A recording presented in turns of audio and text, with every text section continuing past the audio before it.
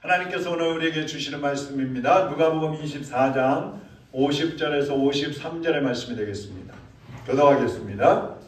예수께서 그들을 데리고 베다니 앞까지 나가사 손을 들어 그들에게 축복하시더니 축복하실 때에 그들을 떠나 하늘로 올려지시니 그들이 그에게 경배하고 큰 기쁨으로 예루살렘에 돌아가 늘 성전에서 하나님을 찬송하니라.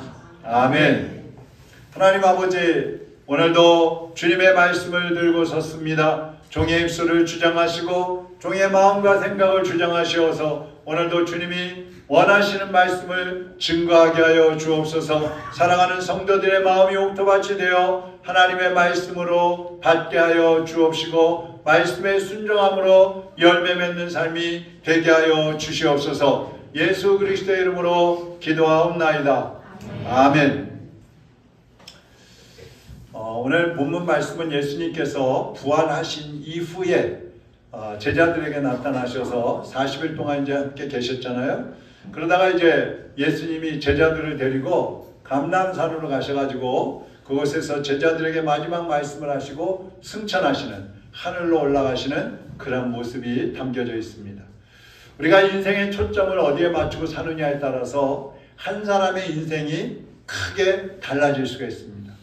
쾌락에 초점을 맞추고 사는 사람은 그 쾌락을 따라가다가 결국은 망할 것이고, 돈에 초점을 맞추고 사는 사람은 평생 욕심을 부리다가 끝날 것이고, 가족과 직업에 모든 것을 쏟아붓는 사람이 있고, 인기와 명예에 관심을 가지고 사는 사람들이 있습니다. 이런 사람들은 육신의 것들에 마음을 빼앗기고 살기 때문에 만족이 없고 항상 불만족스러운 가운데 부족함 속에서 살다가 인생을 마치게 되는 것이죠.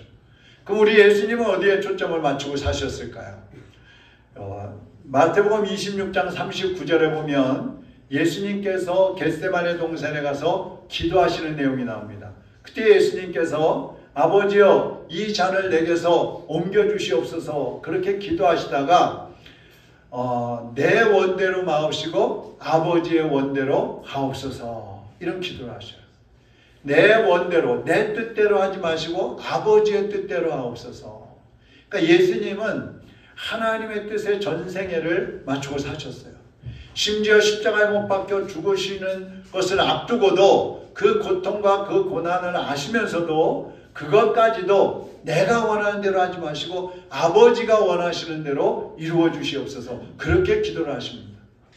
그러면 아버지의 뜻은 무엇일까요? 요한복음 6장 38절 39절입니다. 같이 한번 읽어보겠습니다. 내가 하늘에 내려온 것은 내 뜻을 행하려 함이 아니요 나를 보내신 이의 뜻을 행하려 함이니라. 나를 보내신 이의 뜻은 내게 주신 자 중에 내가 하나도 잃어버리지 아니하고 마지막 날에 다시 살리는 이것이니라. 아멘. 여기 아버지의 뜻이 나오는데 첫 번째는 죄악에 빠져서 죽은 영혼들을 살리는 것이 아버지의 첫 번째 뜻입니다. 두 번째는 새 생명을 얻은 하나님의 자녀들이 이 땅에 살고 있지만 천국의 삶을 누리다가 마지막 날 부활해서 천국에 들어가는 것이 아버지의 뜻입니다. 아버지의 뜻은 두 가지입니다. 크게. 첫 번째는 영혼이 구원받는 것이고 두 번째는 구원받은 심령들이 하나님의 백성으로 천국을 누리며 살다가 영생 천국에 들어가는 것이 아버지의 뜻이에요. 그러니까 예수님은 이 뜻을 위해서 하나님의 그 영광을 버리고 종의 모습으로 이 땅에 오셨어요. 그리고 십자가에 달려 돌아가셨습니다. 왜 예수님은 우리의 구원과 우리의 행복을 위해서 십자가에서 죽으셨을까요? 왜? 그것이 하나님께서 처음 인간을 만드신 창조 목적이기 때문에 그래요. 하나님은 처음에 아담과 하와를 창조하셔서 에덴 동산에 두셨죠. 그 에덴 동산에는 모든 것들이 다 준비되어 있었어요. 환경에서부터 먹을 것, 마실 것, 입을 것, 즐길 것 모든 것이 다 준비되어 있는 곳이에요. 거기에서 영원히 살라고 하나님은 그들을 에덴 동산에 두셨어요. 그런데 아담과 하와가 영원히 살 수 있는 생명과를 따먹지 않고 죽을 수밖에 없는 선악과를 따먹으면서 그 에덴 동산에서 쫓겨나고 말았습니다. 하나님의 뜻과 어긋나 버린 거예요. 그때 하나님께서는 예수 그리스도를 보내주셔서 여자의 아들 예수님을 보내주셔서 다시 구원해 주시겠다고 약속을 하셨어요. 그게 창세기 3장 15절입니다. 지금도 하나님은 구원받은 성도들이 죄와 사망의 사슬을 끊고 영원한 생명을 누리면서 정말 그 에덴 동산과 같은 그 낙원과 같은 낙원에서 사는 것과 같은 그 삶을 누리다가 하나님의 나라에 들어가기를 원하고 계신다 이 말이에요.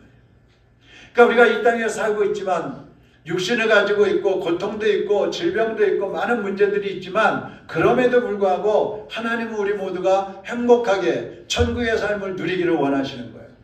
빌립보서 4장 한번 보세요. 4절에 보면 주 안에서 항상 기뻐하라. 내가 다시 말하노니 기뻐하라. 기뻐하라. 기뻐하라 말씀하고 있어요. 그리고 6절에는 너희가 뭐 염려가 있으면 그 모든 염려를 기도와 간구로 하나님께 맡기라 그랬어요. 그러면 하나님의 평강이 너의 마음과 생각을 지켜주신다고 그랬어요. 그러니까 우리가 혹시 염려나 근심이 있더라도 그것을 주님께 다 맡기고 항상 기뻐하면서 살라는 말씀입니다. 사랑하는 여러분, 기뻐하면서 사시기 바랍니다. 요즘 어떠세요? 그럼 그저 그렇지요 뭐 할 수 없이 삽니다. 죽지 못해서 삽니다. 그런 소리 하지 마세요. 오늘은 여러분이 금요일, 토요일, 주일 중에 어느 요일에 살고 있는가 하는 그러한 제목으로 말씀을 드리고 있습니다. 당신은 지금 어느 요일에 살고 있습니까? 자, 금요일에 사는 사람을 한번 보겠습니다. 금요일은 예수님이 십자가에 달려 돌아가신 요일이에요. 몸은 살아있지만 영혼이 죽어있고 정신적으로 피폐해져 있고 인격이 삐뚤어져 있는 그런 사람들. 그래서 마치 시신처럼 시체처럼 살아가는 사람들이 있어요. 교회를 다니면서도 항상 탄식하고 좌절하고 절망하고 무기력하게 사는 그런 사람들이 금요일에 사는 사람들이에요. 나는 왜 사는지 모르겠어요. 나는 죽지 못해서 살고 있어요. 내 환경을 보면 나는 정말로 세상에서 가장 불행한 사람이에요. 그래서 삶의 의욕조차도 없이 살아가는 사람들, 그 사람들이 금요일을 살고 있는 사람들. 이 금요일을 사는 사람들은 환경에 끌려다닙니다. 자기 감정에 따라서 살아갑니다. 세상이라는 파도에 휩쓸려 가지고 떠내려가는 삶을 살아갑니다. 여러분, 항상 말씀드리지만 시신은 물에다 띄우면 떠내려갑니다. 살아있는 사람은 헤엄치고 올라오는 거예요. 살아나려고 발버둥 치는 거예요. 그러나 죽은 시체들은 아무 저항 없이 떠내려가는 겁니다. 우리가 세상에 환경이 주어지는 대로 내 몸의 상태에 따라서 내 감정에 따라서 그냥 흘러가고 있다면 금요일의 삶, 죽은 삶을 살고 있는 거예요.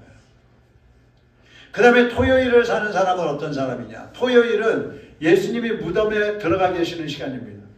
목요일 밤에 가룟 유다가 이제 대제사장 무리에게 넘겨줘가지고 붙잡히셔요. 목요일 저녁에 붙잡히셔서 목요일 밤새도록 금요일까지 빌라도 또 헤롯 대제사장 여기 왔다 갔다 하시면서 신문을 받으시고 고난을 받으시고 매를 맞으시고 채찍을 맞으시고 큰 고통을 당하십니다. 그러다가 금요일 오후 3시경에 숨이 끊어지십니다. 십자가상에서. 그리고 토요일은 무덤에 들어가서 육신의 고통과 또 삶의 여러 가지 문제들과 또 조롱과 비난과 또 인류의 죄와 사망까지 다 지고 무덤 속에 누워 계시는 시간이에요. 사람들이, 여러분이 각종 인생의 문제를 가지고 인생의 고난을 끌어안고 그것에 눌려서 살고 있고 답답하게 살고 있고 억눌려 살고 있으면 지금 토요일에 살고 있는 거예요. 무덤 속에 들어가서 답답하게 살고 있는 거예요. 이 토요일을 사는 사람은 세상 짐이 너무 무거워가지고 거기에 짓눌려서 헤어나지를 못해요. 거기에 억눌려가지고 도저히 살아갈 힘조차도 잃어버리고 살아가는 거예요.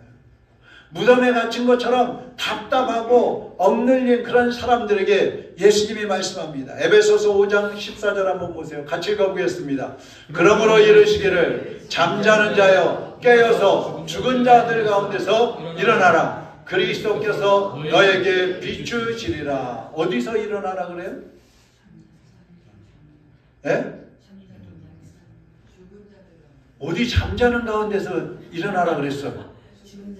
죽은 자들 가운데서 잠자는 자여 깨어라. 그렇게 말씀하시고서 그 뒤에는 죽은 자들 가운데서 일어나라 그래요. 이 무슨 말이에요? 여기서 지금 잠자고 있다는 말은 죽었다는 뜻이에요. 영적으로 죽어있는 시체들을 말하는 거예요. 그러니까 많은 사람들이 영적으로 죽어있는 사람들 틈에서 살고 있으면서 자기도 죽은 것 같이 사는 거예요. 많은 그리스도인들이 세상 사람들 틈에 살면서 자기도 죽은 사람처럼 살고 있는 거예요. 게으르고 나태하고 신앙생활 제대로 하지 않고 가장 고통스럽다, 힘들다, 죽겠다, 못 살겠다 막 그러면서 눌려 살고 있는 거예요. 그런 사람들에게 잠자는 자여 깨어 일어나라. 죽은 자들 가운데서 일어나라. 그 시체들 속에 누워있지 말고 일어나라는 거예요. 여러분, 시체들이 막 줄벽에 쓰러져 있는데, 누워있는데 여러분 보고 그 안에 누워있으라 그러면 어떻게 누워있으시겠어요?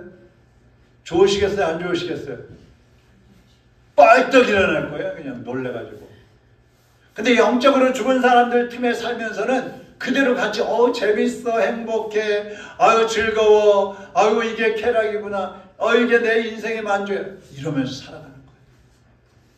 자기도 모르는 사이에 시체들 속에 살아가고 있어요. 그런 사람들에게 예수님은 일어나라, 깨어나라 말씀하고 있어요. 그러면서 마태복음 11장 28절에 보면 수고하고 무거운 짐진 자들아 다 내게로 오라. 내가 너희를 쉬게 하리라 말씀하고 있어요. 인생의 모든 무거운 짐들을 혼자 지고 가지 말고 예수 그리스도께 맡기라고 말씀하고 있어요. 찬송가 337장을 한번 우리 같이 찬양해 보겠습니다.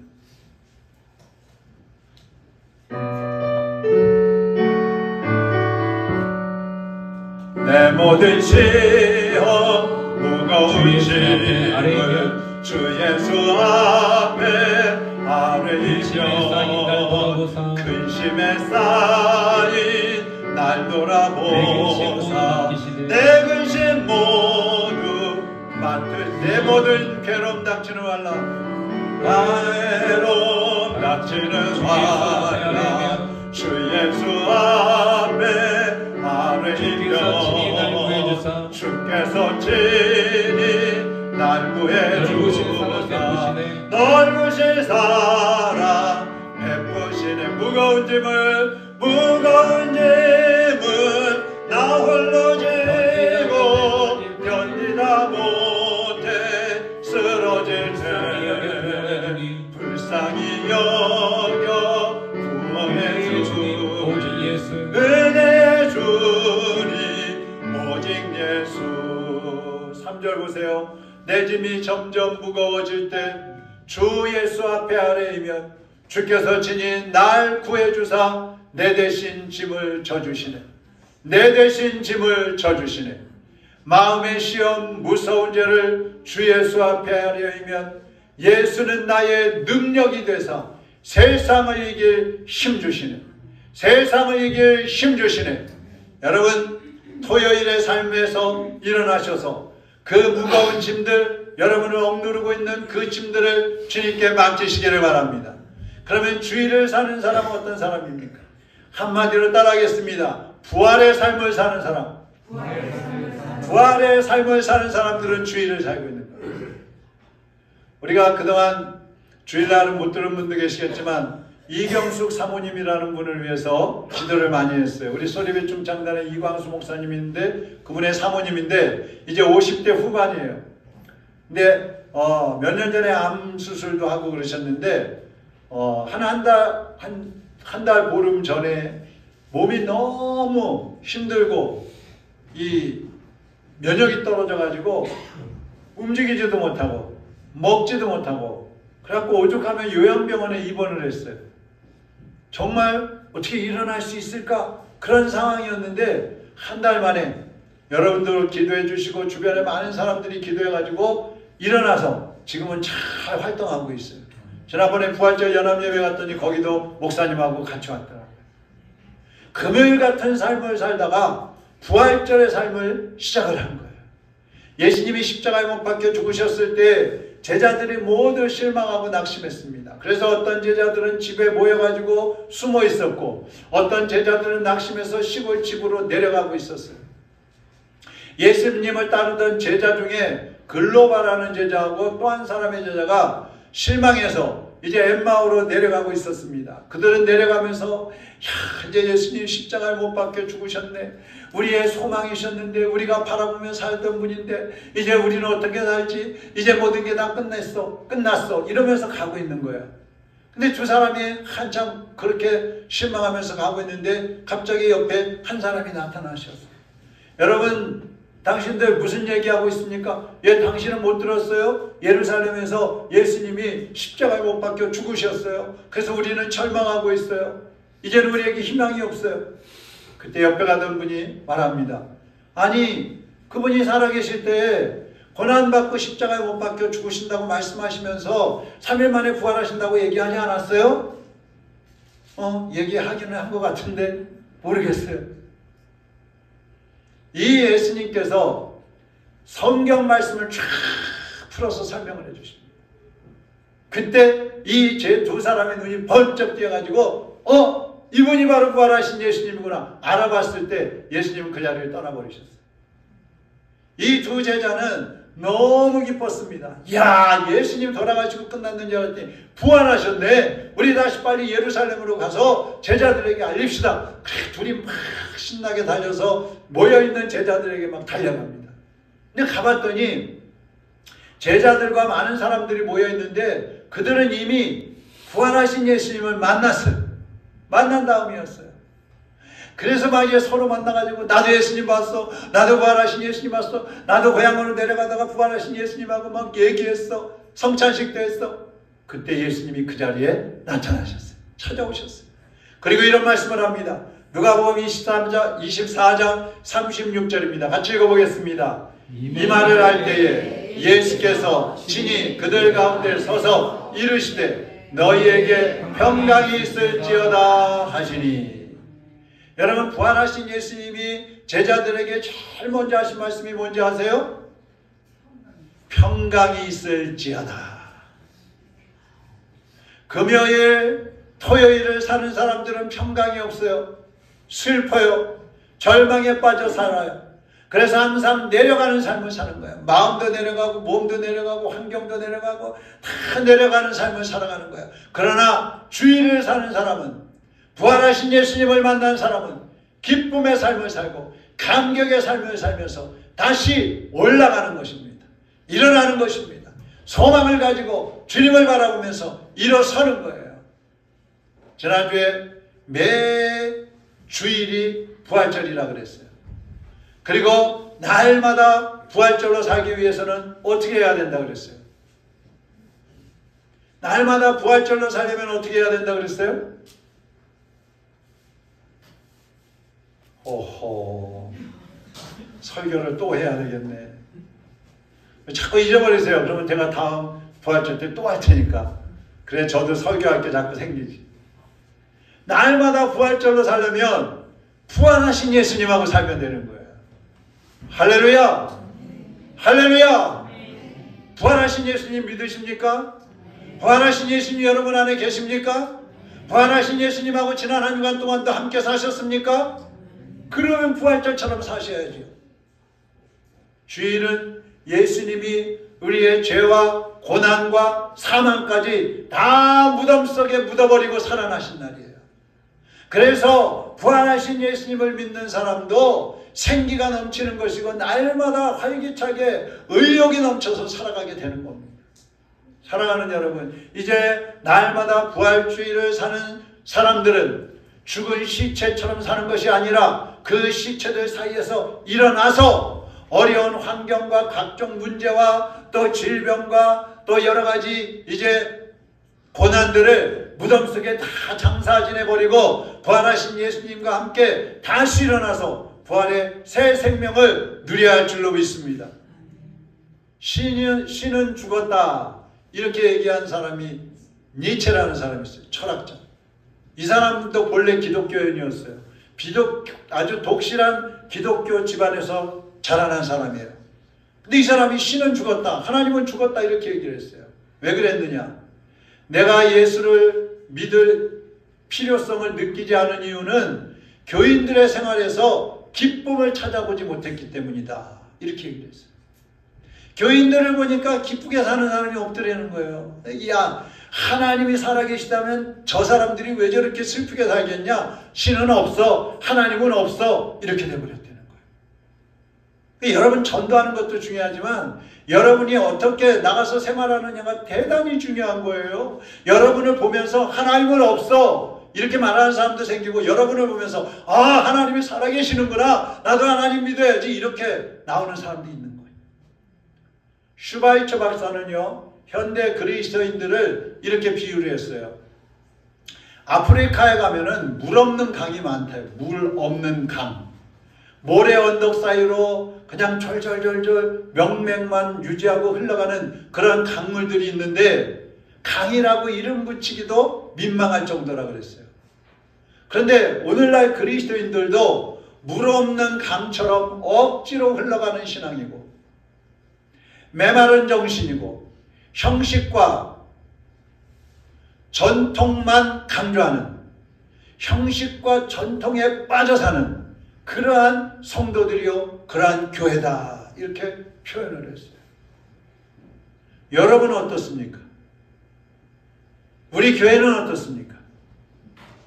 혹시 우리도 물 없는 강처럼 살고 있지 않습니까? 하나님의 은혜는 없이, 성령의 역사하심은 없이, 말씀의 기쁨은 없이, 생명의 기쁨은 없이 죽어가고 슬퍼하고 메마르고 형식적인 그런 신앙생활을 하고 있지 않습니까? 날마다 살면서 하나님 없는 사람처럼 그렇게 살고 있는 건 아닙니까? 그런데 어떻게 그리스도인이라고 할 수가 있어요? 그런데 어떻게 부활의 예수님을 믿는다고 할 수가 있어요? 사랑하는 주님, 사랑하는 여러분, 정말 부활하신 예수님을 여러분의 삶의 중심에 모시고 살아가시기를 바랍니다. 여러분의 마음에 모시고 살아가시기를 바랍니다. 하나님이, 예수님이 살아계시다는 것을 믿으시기를 바랍니다. 제발 믿으세요. 그 사람들이 저보고 그래요. 우리 교회 어떤 이 형편을 아는 분들은, 목사님들은, 아유, 목사님 어떻게 살아요? 잘 살지. 요새 몸은 어때요? 좋아요. 그 뻔히 안 좋은 거 아는데 좋다 그러잖아요. 근데 여러분, 아유, 안 좋아요. 죽겠어요. 네, 굶고 있어요. 굶지 않아요. 굶고 있어요. 이렇게 얘기해 보세요. 얼마나 처량해요. 끝나고 나아지는 것도 뭐가 있어. 그게 하나님을 믿는 거예요? 주님이 우리 곁에 계시다면 굶어도 기쁜 거예요. 아파도 감사한 거예요. 죽는 한이 있더라도, 죽는 순간이 왔다 할지라도 감사하는 거예요. 왜? 부활하신 예수님이 함께 계시니까. 나도 부활할 것이기 때문에. 할렐루야! 우리는 이 땅에 살면서 육체적으로 고통이 있다 할지라도 우리는 천국 시민이고 천국의 삶을 살고 있는 거예요. 근데 왜 그렇게 죽을 상이고 우거지상이고 걸레상으로 살아가느냐? 부활하신 예수님을 만난 사람은 어떻게 살아가느냐? 간단하게 세 가지 말씀드리면요. 첫째는 한번 따라하겠습니다. 크게 기뻐한다.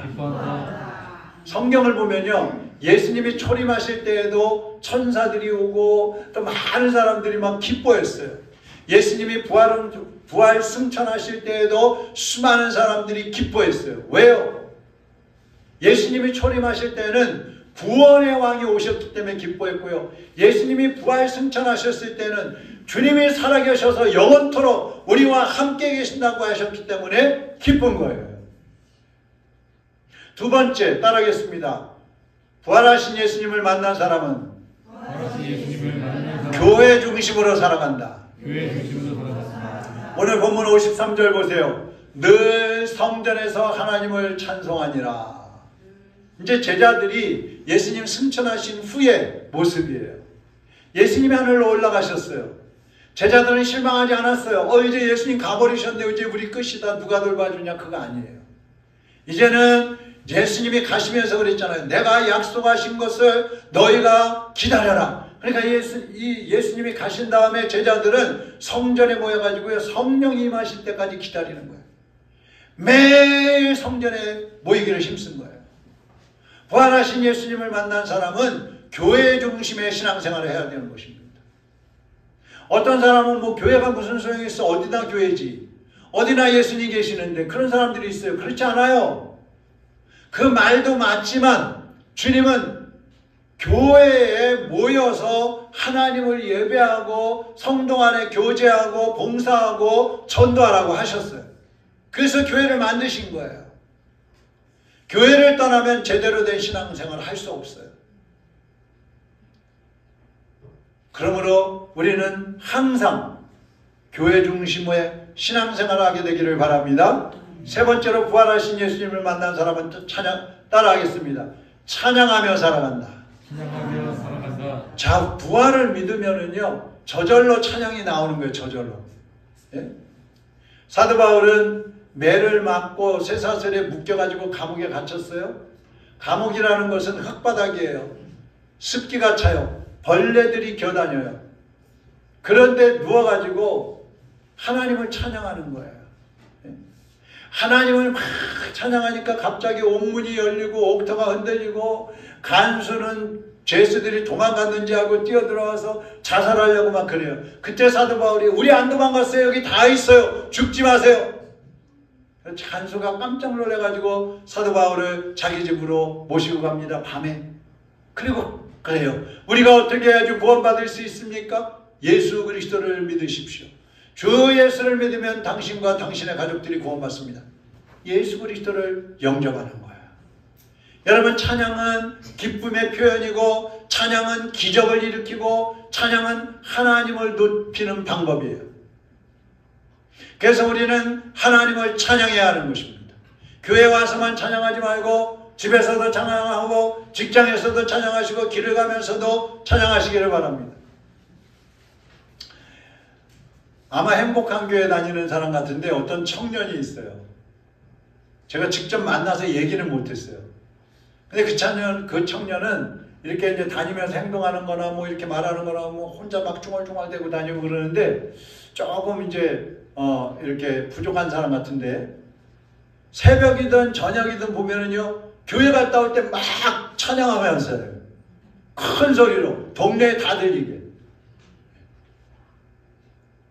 여러분이 부활을 믿는다면 이제 말부터 바꿔야 돼요. 말. 힘들어 죽겠어. 안 돼. 못해. 왜 나만 이럴까? 왜 우리 가정만 이렇지? 하나님 어디 계시는 거야? 하나님 왜 안 들어주시는 거야? 말부터 바꾸세요. 생각이 말로 나오죠? 그 말로 나온 것이 부정적인 말이 되면 부정적인 신앙으로 가는 거예요. 부정적인 말을 하게 되면 부정적인 행동을 하게 되는 거예요. 그걸 누가 원해요? 마귀가 하는 거예요. 마귀가. 그러니까 마귀는요, 저는요, 이렇게 성도들이나 아니면 다른 목사님들이나 사람들한테 기도 부탁을 많이 받아요. 목사님, 어디가 아픈데요? 이거 위해서 기도해 주세요.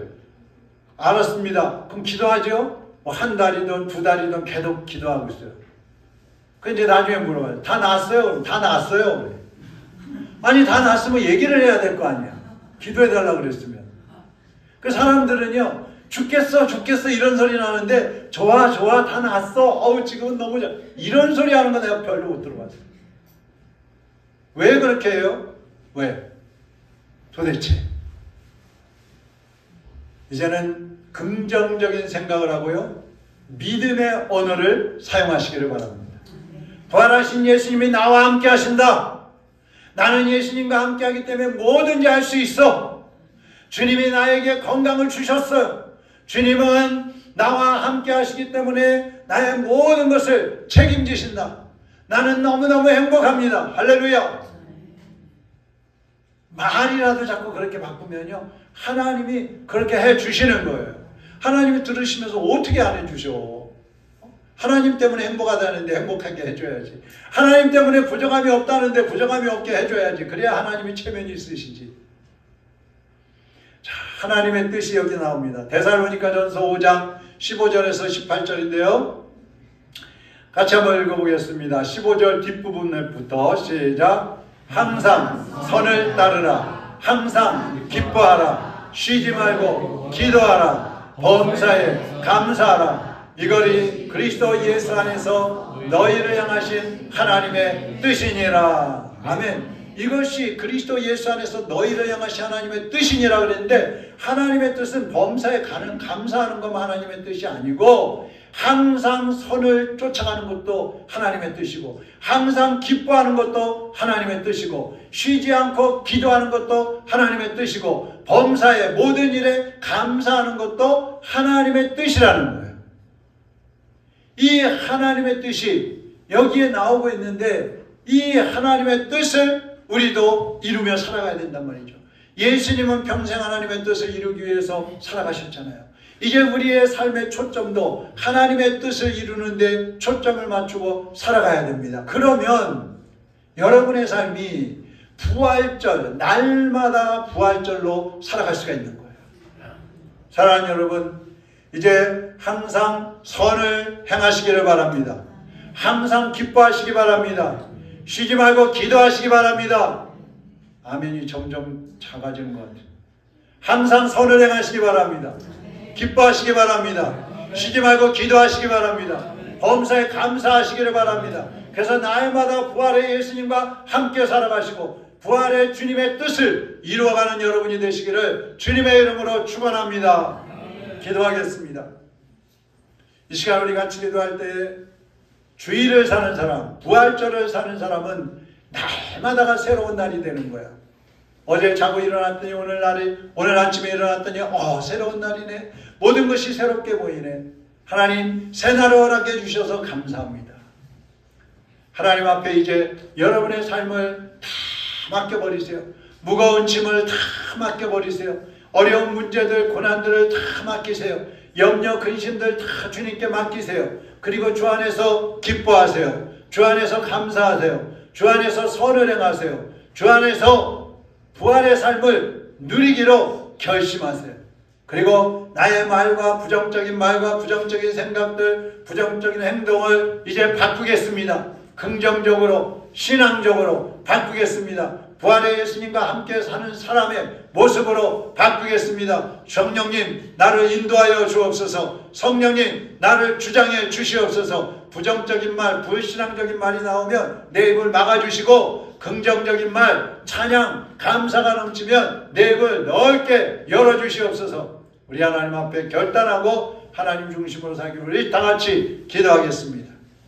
하나님 아버지, 사랑하는 주의 백성들에게 오늘도 말씀하여 주셨사오니 이 말씀을 통해서 우리의 삶이 다시금 주님 앞에 일어나게 하여 주옵소서. 잠자는 자들, 죽은 자들 가운데서 일어나게 하여 주옵소서. 깨어나게 하여 주옵소서. 불신앙적이고 부정적인 말과 행동을 벗어버리게 하여 주옵소서. 하나하나 절제하게 하여 주옵소서. 이제는 긍정적이고 신앙적인 언행을 하게 하여 주옵시고, 우리의 삶의 모습이 감사가 넘치고 기쁨이 넘치고 평강이 넘쳐서 세상 모든 사람들에게 부활의 예수님과 함께 사는 모습을 증거해 보이게 하여 주옵소서. 우리를 보는 모든 사람들이 주님의 살아계심을 발견하게 하여 주옵시고, 우리를 통하여 주님께로 돌아오는 역사가 있게 하여 주시옵소서.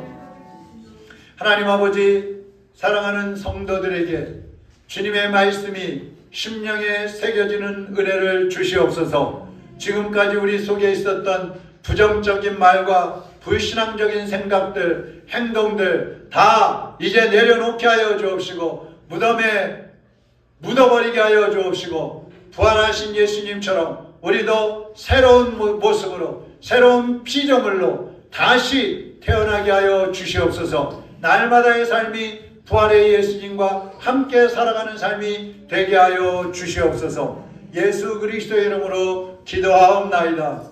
아멘.